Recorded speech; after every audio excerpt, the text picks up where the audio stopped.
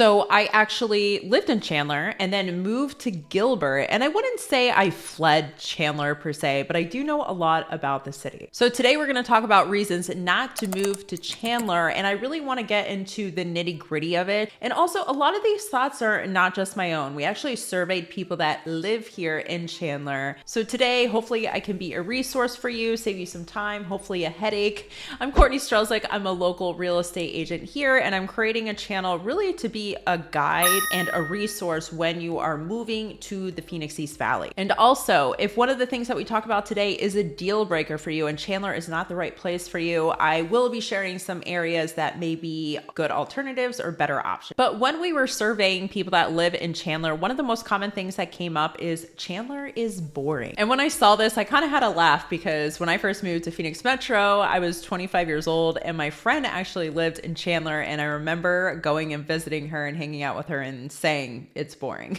Now, at this stage of my life, I wanted to be in a busier environment. I wanted to be closer to like nightlife and restaurants. So we ended up living in Tempe and then Central Phoenix. Now, fast forward to today, my feelings are very different towards Chandler. First off, in the past 10 years, we've seen a lot of change, particularly in the downtown area, a lot more restaurants, a lot more nightlife. There really is more things to do than there was historically. The second thing is I'm also entering, we'll call it my middle-aged era. I'm okay with a slower paced kind of lifestyle. I'd rather go to happy hour, be in bed by 9 p.m. instead of going to the clubs in Old Town Scottsdale. If you want a busier lifestyle or maybe more of an urban area, I would definitely check out Central Phoenix, Old Town Scottsdale, more of that south part of Scottsdale, and then Tempe close to ASU. Now in the survey, when people were saying Chandler was boring, this was more in reference to the south part of Chandler.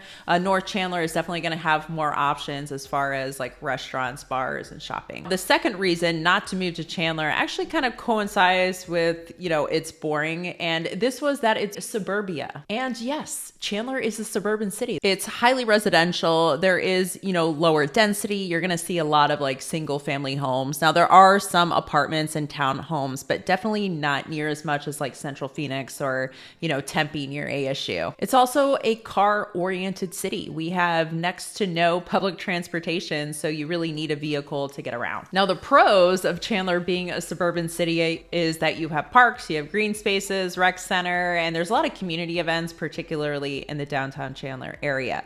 And I would say, just having been a resident in Chandler, there is more sense of community here than, parts like Scottsdale or Central Phoenix, in my opinion.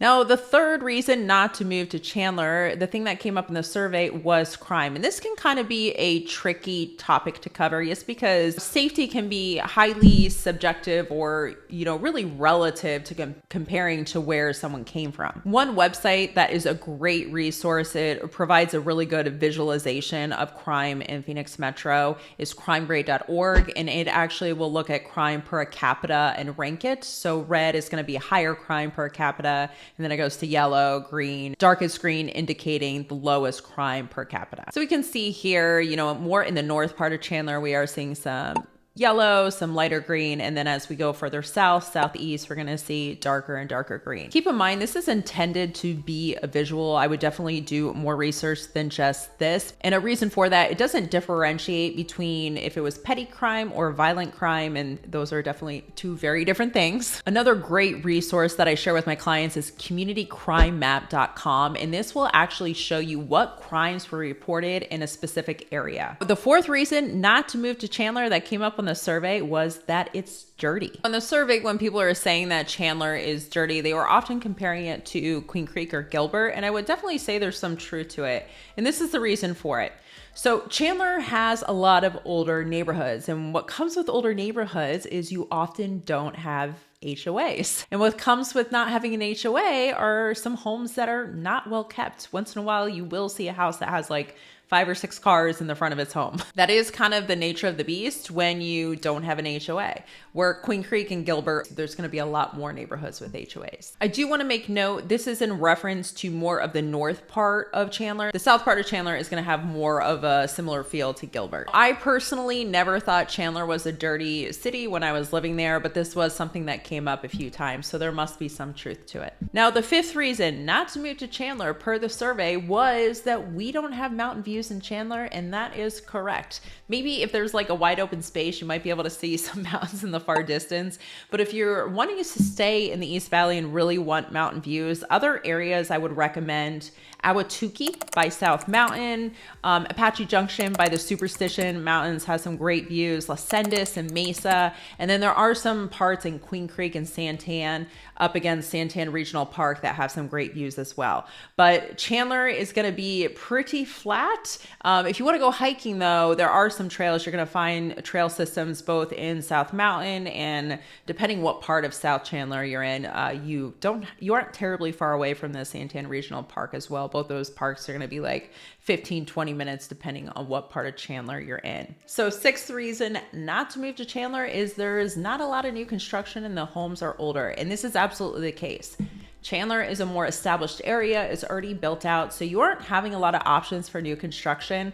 On the north side, there's like a couple communities, but these homes are going to be on really tiny lots. It's almost like I would think of like a detached townhome, if you will. Southside has a few more communities. You are looking closer to the seven figures, but it's definitely not as many options as you have in like Queen Creek. Definitely Santan is going to have the most amount of new construction options. And then there's a couple neighborhoods over in Apache Junction as well. Also, I should note, when we say older in Arizona, we're often referring to homes built in like the 70s or 80s. We have a few homes that are in our historic district that are about 100 years old, but for the most part in the north, you're seeing homes that were built in the 70s, 80s, 90s. South side of Chandler, we do have slightly newer construction. A lot of those homes were built in the early 2000s and on. The biggest complaint that we had on the survey was Chandler is just not affordable. A lot of people were complaining that homes were very expensive. And I do believe this is slightly relative. I mean, the homes here are going to be less expensive than a lot of parts of Tempe, of course, Scottsdale, and most parts of Phoenix, particularly Central Phoenix. The thing about Chandler, it's been one of the most competitive real estate markets in the Phoenix metro area for some time now, for a handful of years, even more so than Gilbert or Queen Creek or some of its neighboring cities. So as a result of this has really driven up prices. The north part of Chandler, and when I say the north part, I really mean above the 202, Highway 202, the median sales price there currently is about $475,000.